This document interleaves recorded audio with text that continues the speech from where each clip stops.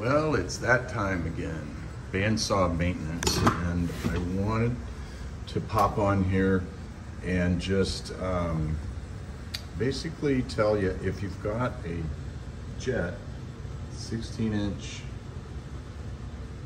bandsaw that has guides, stock guides like these, I'm going to show you how to unstick your lower side guides.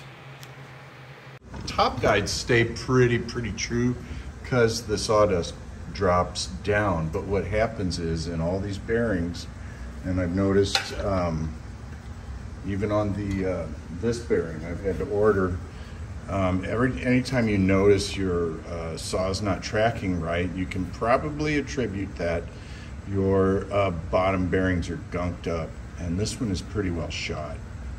I've revived this one several times, so I just bit the bullet and ordered some more of the part numbers on the bearing, so I'm fairly confident that I'm getting the right one. I ordered stainless. But these guys, these side guides get clogged up. You get, if you can see, I don't know if you can see, where can we see that? Between that copper and there's a little flare on this thing. There's a, there we go, we got that. We got that space. So that's where the dust gets in, and it travels down the shaft that goes in this thing. And the first time I did this, several times I did this, I would take WD-40 and I'd spray it in there and I'd work it and work it and work it. Here's what I came up with. So your bearing is kind of stiff, and your bearings should be free. Your side bearings should be, your bearings should be about like that. Maybe a little less, but here's a way to work this stuff free without a lot of, you know, just a lot of time. Basically, to get these free by hand takes quite a while because there's a lot of stuff in there. Anyway, so you need some compressed air. Let's see, come on, get in there. And some WD-40 and your bandsaw. So you turn your bandsaw on, and I know I don't have the cover on and I'm turning it on. If you're not up for this, then don't do it. But this is just a way to show you how to efficiently and quickly, and I think relatively safely, free up these partially or completely frozen bearings, guide bearings. So we turn it on and we just put it on that nut. See if I can get a better camera angle. And you can also check it. You know, see, I'm pressing really hard there. You might have to press really hard in the beginning, but if you want to know if you're getting there, just loosen up on it. I'm barely touching this now. And it may take a couple of times, but let me tell you, rotating this by hand and blowing it out with the air is not a lot of fun, and it takes a long time. But just repeat this until you get good turning on this thing. I generally leave them out for a day, come back the next day and make sure that nothing in there is dried and frozen it up again, but just repeat it until you get these things going like this, and blow it out, repeat, blow it out, repeat until you get it. Do that. Hope that helps. Notice this guy. Notice how it's off center too. You can see that lip there. Okay, well, we have our new bearing. You can see where this bottom bearing has worn this to that. Same on the other side. And you can see this is an original bearing up here. Oops. It's more like the new bearing. This is fitting okay, but we're gonna have to stake it. So thank goodness. We'll take it over to the press, and I got a little trick. This is a little looser than I would like, so I'm gonna stake this a little bit. Get this so I don't get them mixed up. So we're gonna take it here, and then we're gonna take this, and we'll put it in here, like so, and we'll bring down the press. So it just needs a little love to get on there. So we got our flipper down.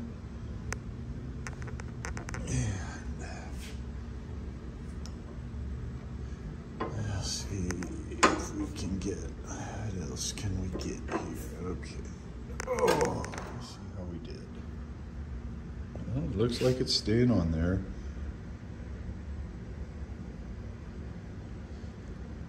Just enough to push that lip out to hold it on there. We're still turning, but it's not coming off, which is great. Mission accomplished. Decided to use silicone lubricant. We're gonna try that, see how she goes. I liked the way that it just kind of, these haven't turned that good in a long time. Even the last time I cleaned them up, I used this gun oil, which I guess I knocked it off. But it still seemed a little bit too heavy. So, we'll see how it lasts.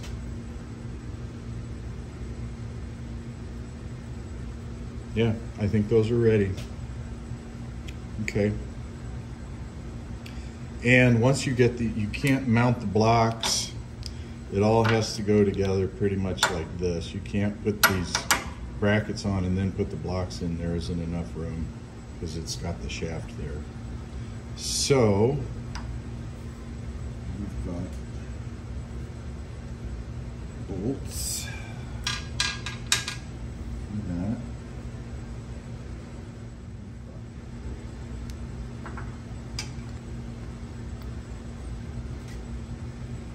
We got that stuff all over the place.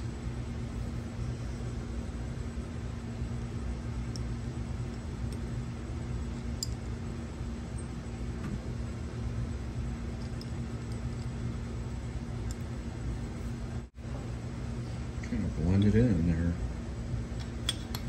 Okay.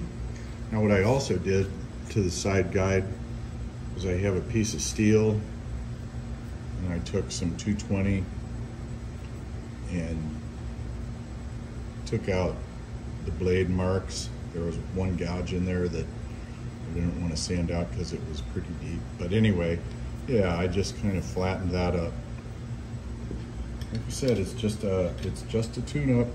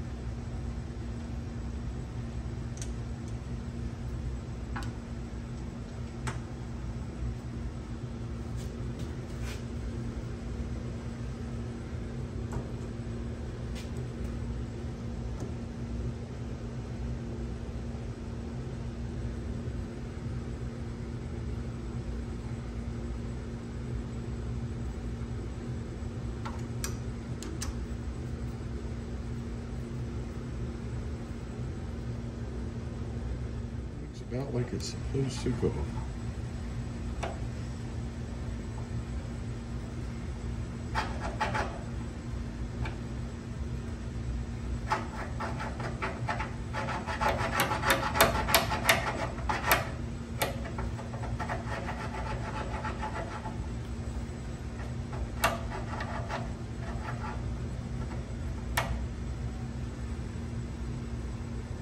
Okay, we've inspected the tires. We have neoprene tires, so we don't have to worry too much about cracking.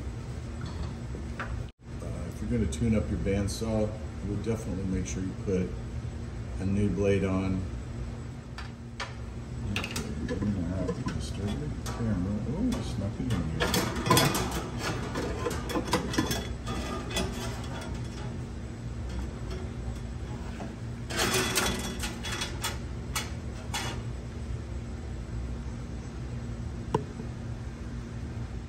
Doing well on our top guides. We have just a little bit of touch. That's what we want. And same is true there.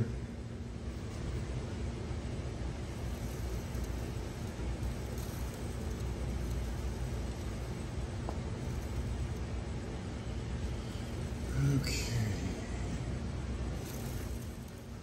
There we go. Now we see what we see when we see it.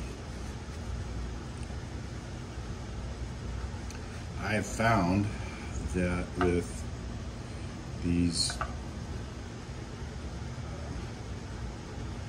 dudes on the thumb screws that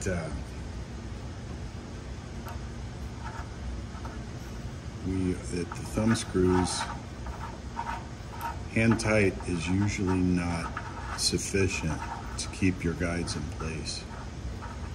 They need a little extra oomph with your pliers, or whatever you want to choose.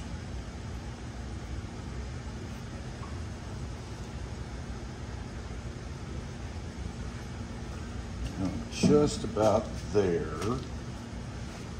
I have to get my little tweaky hammer.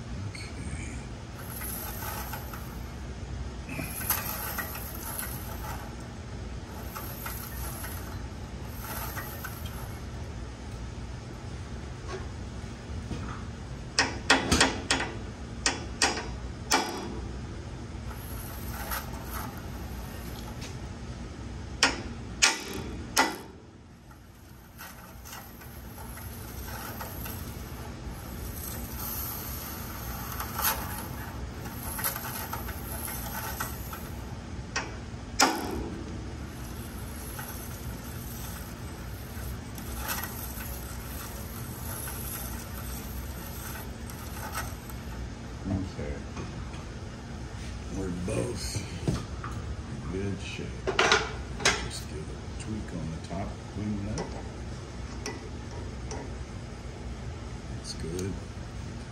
That's good. And I'll show you here in a minute, but the top one and the bottom one are the same. They're both just barely touching. So now we're gonna try this guy.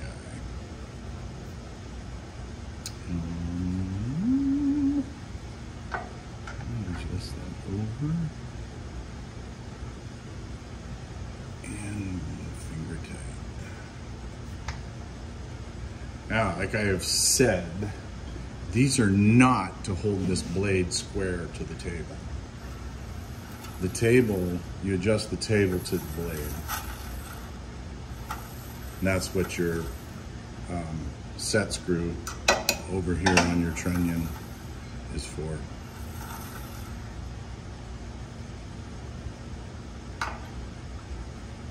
Oops, that would not be what we wanted.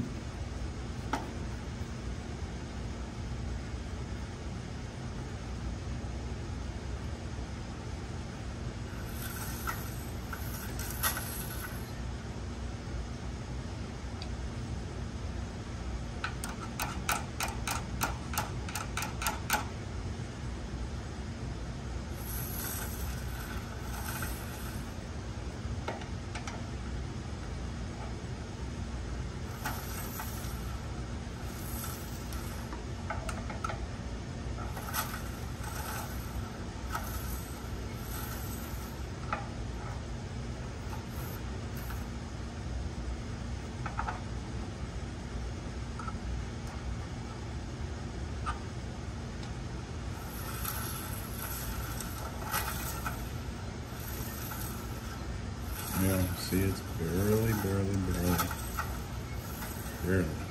Like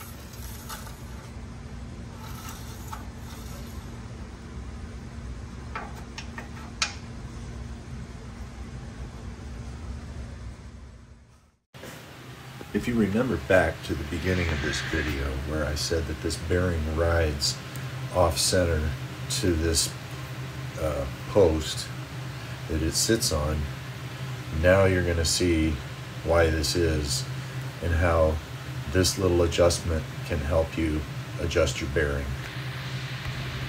the blade rides on the bearing. We want that blade to ride right where it is. We don't want it to be, let me get something to point with, we don't want it to be over this area of the bearing where it could cause damage. This is a stainless steel bearing, but just for your own information, this being offset, this particular model, and the same up here, allows the bearing to be adjusted on the back of the blade, where the back of the blade touches the bearing guide. Now generally, I like to first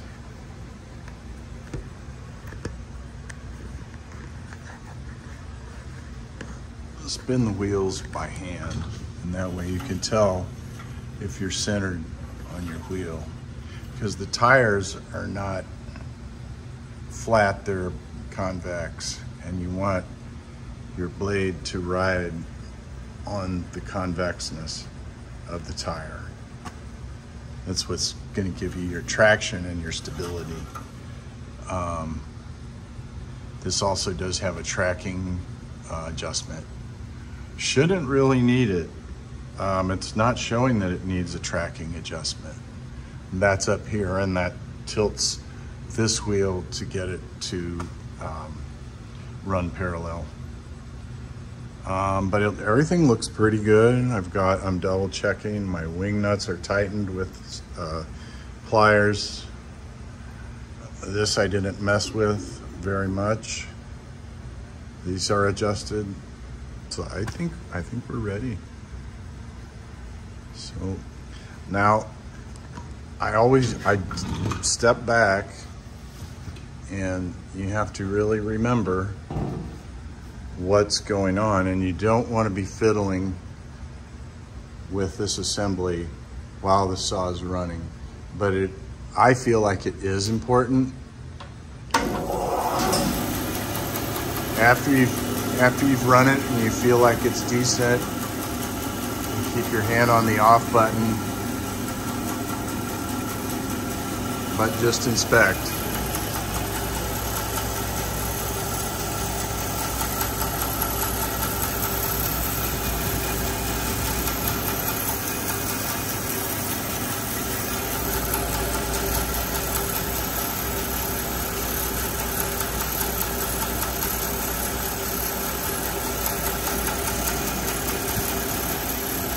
So,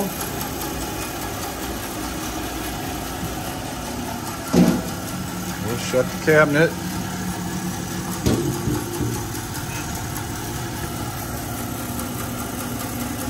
And put the rest of the saw back together.